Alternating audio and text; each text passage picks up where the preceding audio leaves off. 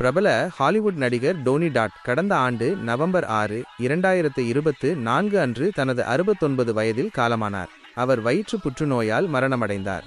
Candyman திரைப்படத் தொடரில் அவர் ஏற்று நடித்த கதாபாத்திரத்தின் மூலம் அவர் மிகவும் பிரபலமானவர்.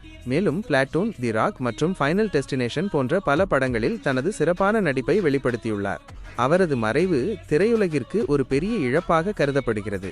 அவரது ரசிகர்கள் மற்றும் சக நடிகர்கள் அவருக்கு ஆழ்ந்த இரங்கலை தெரிவித்து வருகின்றனர். அவர் கடைசியாக நடித்த ஃபைனல் டெஸ்டினேஷன் பிளட்லைன்ஸ் திரைப்படம் அவரது நினைவுக்கு அர்ப்பணிக்கப்பட்டுள்ளது.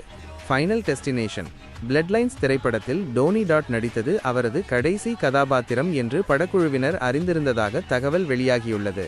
இது குறித்து அவர்கள் கூறுகையில், அவர் உடல்நிலை சரியில்லாமல் இருந்தார் என்பது அனைவருக்கும் தெரியும். இது அவர் நடிக்கும் கடைசி கதாபாத்திரம் என்பது தெளிவாக தெரிந்தது என்றனர்.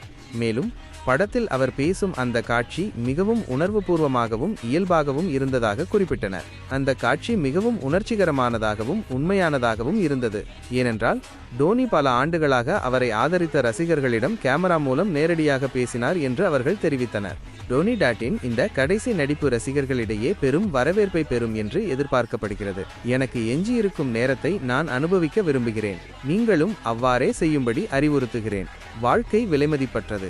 ஒவ்வொரு நொடியையும் அனுபவியுங்கள். எப்போது என்ன நடக்கும் என்று உங்களுக்கு தெரியாது.